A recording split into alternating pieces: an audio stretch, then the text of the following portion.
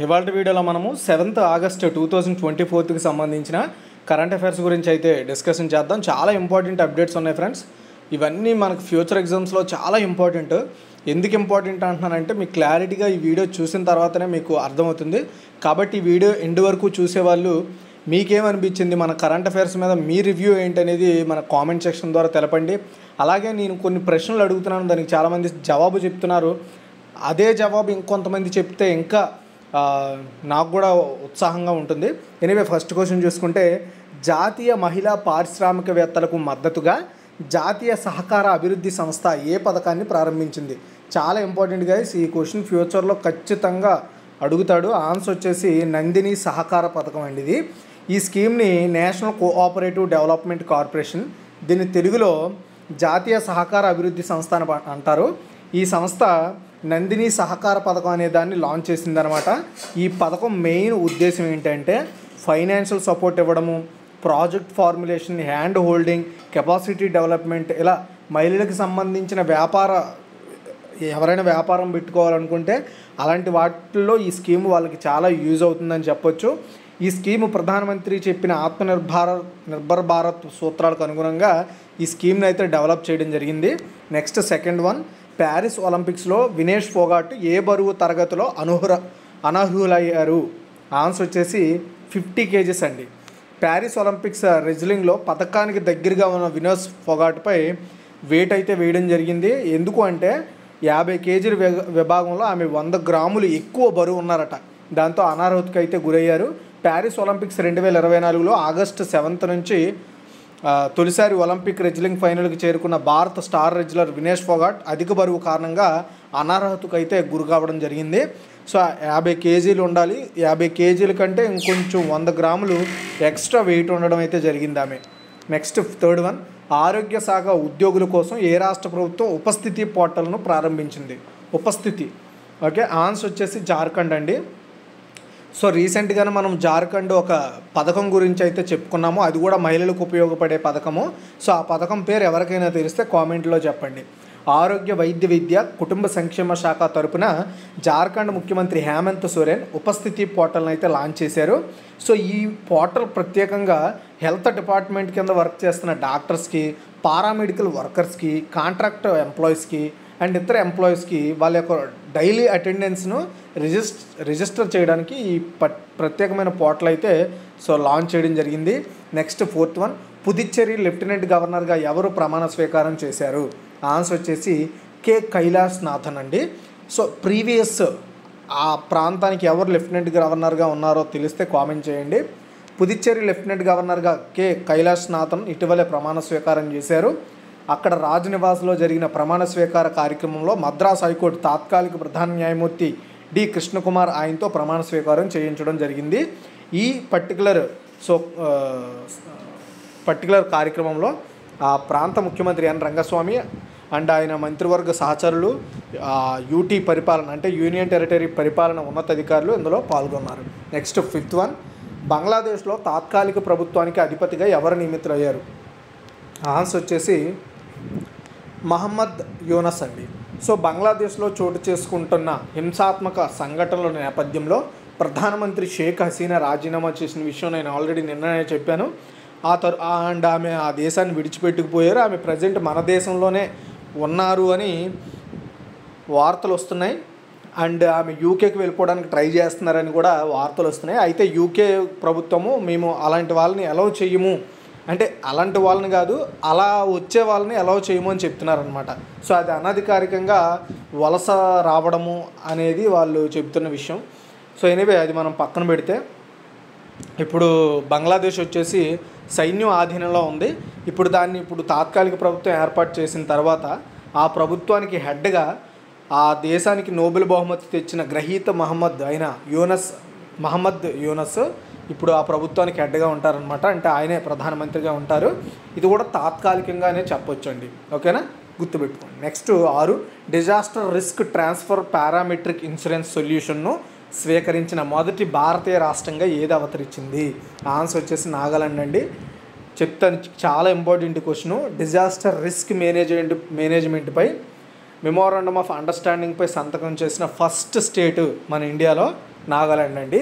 SBI general ఇన్సూరెన్స్తో ఒప్పందం చేసుకున్నారనమాట. So ఈ particular ఒప్పందం 3 years పాటు ఉంటుంది. సో దీనిపై లైక్ నాగాలాండ్లో ఏవైనా విపరీతమైన సంఘటనలు జరిగాయి అనుకోండి, అక్కడ ఏదైనా ఆర్థిక నష్టాలు జరిగాయి అనుకోండి, అలాంటప్పుడు అక్కడ మౌలిక సదుపాయాలు ఏమైనా దెబ్బతిన్నాయి అనుకోండి, అలాంటి వాటిని మళ్ళీ పునరుద్ధరించడానికి ఇన్సూరెన్స్ అయితే ఉపయోగపడుతుంది అనమాట. సో నిజంగా ఇది చాలా మంచి స్కీము. దీన్ని ప్రతి రాష్ట్రము కూడా ఇంప్లిమెంటేషన్ చేసుకోవడం ద్వారా ఆ రాష్ట్రానికి కొంత రిలీఫ్ అయితే రావడం జరుగుతుందన్నమాట ఫండింగ్ రిలేటెడ్ విషయాల్లో. సో ఎనీవే గుర్తుపెట్టుకోండి, చాలా ఇంపార్టెంట్ ఇది. నెక్స్ట్ 7th one, స్టార్లింక్ ఉపగ్రహ వ్యవస్థను ఎదుర్కోవడానికి ఏ దేశం మొదటి శాటిలైట్ కాన్స్టలేషన్ నెట్వర్క్ను ప్రారంభించింది? స్టార్లింక్ ఎవరిది యాక్చువల్గా? ఎవరికైనా తెలిస్తే చెప్పండి. స్టార్లింక్ సంస్థ ఎవరిది? చాలా ఫేమస్ పర్సన్ ఆయన, ఓకేనా. సో మొత్తానికి ఇలా అమెరికాకి చెందిన వేరే ఇతర దేశాలకి చెందిన సంస్థల యొక్క వ్యవస్థల మీద మనం ఆధారపడకుండా ఉండాలనే ఉద్దేశంతో, మనందరికీ తెలుసు చైనా ఎప్పటికప్పుడు ఇండిపెండెంట్ అవ్వడానికి ట్రై చేస్తుంది. కాకపోతే చైనా చేసే పని ఏంటంటే కొన్ని విషయాల్ని కాపీ చేసుకొని వాళ్ళు అప్డేట్ అవుతూ ఉంటారనమాట. ఓకే, ఎవరి నుండి? అమెరికా నుండి. సో నాకు తెలిసినంత వరకు మొత్తానికి ఇప్పుడు ఏం చేసిందంటే, ఈ స్టార్లింక్ ఏదైతే నెట్వర్క్ ఉందో, ఈ నెట్వర్క్ ఏం చేస్తుంది, మనం ఇప్పుడు ఫర్ ఎగ్జాంపుల్ మనం ఎక్కడి నుండి ఎక్కడి వరకైనా పెద్ద సంస్థలు ఇంటర్నెట్ని యాక్సెస్ చేయగలుగుతాయి, ఓకేనా, వయా సాటిలైట్ ద్వారా. ఆ పర్టికులర్ సదుపాయాన్ని అయితే, ఆ సర్వీస్ని అయితే ఈ స్టార్లింక్ అందిస్తుంది. సో అలా ఈ స్టార్లింక్ కంపెనీని మనం ఆ కంపెనీ వాడకుండా, వాళ్ళ సర్వీసెస్ని వాడకుండా ఉండడం కోసం చైనా తనకంటూ ఒక సొంత శాటిలైట్ నెట్వర్కింగ్ వ్యవస్థని, సిస్టమ్ని అయితే ఏర్పాటు చేసుకోవడానికి రీసెంట్గా 18 ఉపగ్రహాలను కక్షలోకి ప్రవేశపెట్టింది. లాంగ్ మార్చ్ 6 రాకెట్ ద్వారా ఈ యొక్క పర్టికులర్ శాటిలైట్స్ని అయితే భూకక్షలోకి అయితే పంపడం జరిగిందండి, గుర్తుపెట్టుకోవాలి. నెక్స్ట్ 8, ఏ రాష్ట్ర శాసనసభలో షెడ్యూల్డ్ తెగలకు ప్రాతినిధ్యం కల్పించే బిల్లు లోక్సభలో ప్రవేశపెట్టబడింది? చాలా క్లారిటీగా వినండి. ఏ రాష్ట్ర శాసనసభలో షెడ్యూల్డ్ తెగలకు ప్రాతినిధ్యం కల్పించే బిల్లు లోక్సభలో ప్రవేశపెట్టబడిందంటే గోవా అండి. గోవా శాసనసభలో షెడ్యూల్డ్ తెగలు అయితే ఎవరైతే ఉంటారో వాళ్ళకి ఇంపార్టెన్స్ ఇచ్చే, అంటే అక్కడ సభ్యులను ఎక్కువ మందిని షెడ్యూల్డ్ తెగలకి ఇంపార్టెన్స్ ఇచ్చే విధంగా ప్రత్యేకమైన బిల్లును లోక్సభలో ఇంట్రడ్యూస్ చేశారనమాట. సో ఆగస్టు 5న గోవా అసెంబ్లీలో షెడ్యూల్డ్ తెగల వర్గానికి సీట్లను రిజర్వ్ చేయడానికి కేంద్ర ప్రభుత్వం బిల్లును ప్రవేశపెట్టిందంటే, సో షెడ్యూల్డ్ తెగలు ఎంతమందికి సీట్లు కేటాయింపు ఉండాలి అనే దాన్ని తెలియజేస్తూ, ఓకేనా, ఈ కొత్త బిల్లుని అయితే ప్రవేశపెట్టారు. సో ఇది పూర్తిగా ఆమోదం పొందిన తర్వాత ఆ రాష్ట్రంలో ఈ షెడ్యూల్డ్ తెగలకి ప్రత్యేకంగా కొన్ని స్థానాలను కేటాయిస్తారనమాట. దాని ద్వారా ఏంటంటే వాళ్ళ యొక్క ప్రాతినిధ్యం, అంటే వాళ్ళు అసెంబ్లీలో అడుగు పెట్టే అవకాశం ఎక్కువ ఉంటుంది ఇక మీదట, ఓకేనా. అండ్ 2001 జనాభా లెక్కలతో పోలిస్తే 2011 జనాభా లెక్కల ప్రకారం గోవాలో షెడ్యూల్డ్ తెగల జనాభా బాగా పెరిగిందని. గోవా మొత్తం జనాభా 14 లక్షలు అయితే షెడ్యూల్డ్ తెగల జనాభా 1,49,000, షెడ్యూల్డ్ కులాల జనాభా 25,000, ఓకేనా. ఇది మ్యాటర్. నెక్స్ట్ వచ్చేసి 9, కేంద్రపాలిత ప్రాంతం జమ్మూ కాశ్మీర్ యొక్క పూర్తికాల పోలీస్ డైరెక్టర్ జనరల్గా ఎవరు అపాయింట్ అయ్యారు? ఆన్సర్ వచ్చేసి ఆర్ఆర్ స్వైన్ అండి. చాలా ఇంపార్టెంట్ క్వశ్చను. జమ్మూ అండ్ కాశ్మీర్కి పూర్తి స్థాయి డీజీపీగా, అంటే పోలీస్ డైరెక్టర్ జనరల్గా కేంద్ర హోంమంత్రిత్వ శాఖ ఇటీవలే ఆర్ఆర్ స్వైన్ అయితే అపాయింట్ చేసిందనమాట. సో ఇప్పటివరకు ఆయన అడిషనల్ రెస్పాన్సిబిలిటీస్ ఉన్నారు, ఇప్పుడు ఆయన పూర్తికాల డీజీపీగా అపాయింట్ చేసింది. సో భారత ప్రభుత్వంలో హోంమంత్రిత్వ శాఖ అండర్ సెక్రటరీ జారీ చేసిన ఉత్తర్వుల ప్రకారము ఆయన ఉత్తర్వులు తీసుకున్న తేదీ నుండి డీజీపీగా అపాయింట్ అయినట్లుగా సో ఆర్డర్స్ అయితే మనకి చెప్తున్నాయి. నెక్స్ట్ 10, జిఐ ట్యాగ్ మీన్స్ గుర్తింపు పొందిన అత్తి పండ్ల రసాన్ని ఏ దేశానికి ఎగుమతి చేయబడుతుంది? పోలాండ్ కండి. యాక్చువల్గా కొన్ని న్యూస్ వార్తల్లో ఆల్రెడీ ఇంకొక ప్రాంతానికి ఎగుమతి చేశారు, ఇప్పుడు ఇది వేరే ప్రాంతానికి రెండోసారి ఎగుమతి చేస్తున్నారని చెప్తున్నారు. బట్ నేను ప్రైమరీగా ఒక దేశం అనే చెప్తున్నాను. సో ఇంకొక దేశం ఏంటంటే హాంకాంగ్ అనమాట. సో హాంకాంగ్ కూడా, ఓకేనా, హాంకాంగ్ కూడా పర్టికులర్గా ఈ అత్తిపండ్ల రసాన్ని మన భారతదేశం నుండి ఎగుమతి చేశారని చెప్తున్నారు 2023లో. అది పక్కన పెడితే ఇప్పుడు 2024లో మాత్రం పోలాండ్కి మన దేశంలో జిఐ ట్యాగ్ గుర్తింపు పొందిన Purandar highlands farmers producers company తయారు చేస్తున్న, అది కూడా జిఐ ట్యాగ్ గుర్తింపు ఉన్న ఈ అత్తిపండ్ల రసాన్ని పోలాండ్కి అయితే ఎగుమతి చేస్తున్నారు. భారతీయ అత్తిపండ్ల రసం యూరోపియన్ మార్కెట్లోకి వెళ్ళడం ఇదే ఫస్ట్ టైం అని కూడా గుర్తుపెట్టుకోవాలి మీరు. అండ్ ఇది SIAL 2023 మరియు మాక్ ఫ్రూట్ ఇటలీలో ప్రశంసలు కూడా అందుకుంది ఈ జ్యూసు.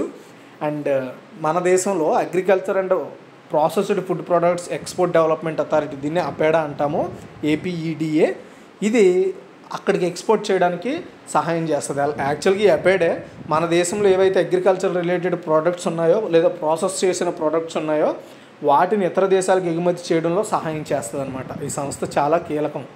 నెక్స్ట్ 11, జాతీయ చేనేత దినోత్సవం ఎప్పుడు జరుపుకుంటారు? ఆన్సర్ వచ్చేసి ఆగస్టు 7 అండి. సో ఇప్పటివరకు నేను మొన్న స్టార్ట్ చేసినప్పటి నుండి కూడా కరెంట్ అఫైర్స్ ఏ అంటే చేనేత రంగం మీద ప్రభుత్వం తీసుకుంటున్న చర్యల గురించి నేను వరుసగా చెప్పుకుంటూ వస్తున్నాను ఒక 2 days నుండి. అవన్నీ వీలైతే మీరు ఒక పేపర్ మీద నోట్ చేసుకోండి. లైక్ ఎగ్జిబిషన్స్ గురించి, లేదంటే రీసెంట్గా మోదీ గారు చెప్పిన విషయాలు నోట్ చేసుకోవడం చాలా ఇంపార్టెంట్. సో అయితే మొత్తానికి జాతీయ చేనేత దినోత్సవం అంటే నేషనల్ హ్యాండ్లూమ్స్ డే అనేది మనము 7th ఆగస్ట్ని అయితే సెలబ్రేట్ చేస్తాము. ఈ ఇయర్ మనము 10th సెలబ్రేట్ చేసుకుంటున్నామండి. ఓకేనా?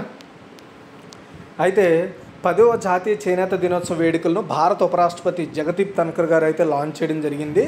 సో అయితే సామాజిక ఆర్థిక అభివృద్ధికి చేనేత పరిశ్రమ యొక్క సహకారాన్ని గుర్తించడం, ఆ పర్టికులర్ చేనేతకు సంబంధించిన రంగాన్ని అభివృద్ధి చేయడమే ఈ డే యొక్క మెయిన్ ఉద్దేశంగా చెప్పొచ్చు.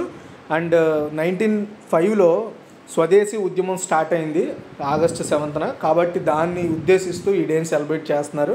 2015లో మోదీ గవర్నమెంట్ ఫామ్ చేసిన తర్వాత 1 year తర్వాత దీన్ని అయితే లాంచ్ చేశారనమాట ఈ డేని. అండ్ 2015లో చెన్నైలో ఈ డేని అయితే లాంచ్ చేయడం జరిగింది. సో ఇది ఓవరాల్గా ఇన్ఫర్మేషన్. మీకు ఏమైనా డౌట్స్ ఉంటే కామెంట్ చేయండి.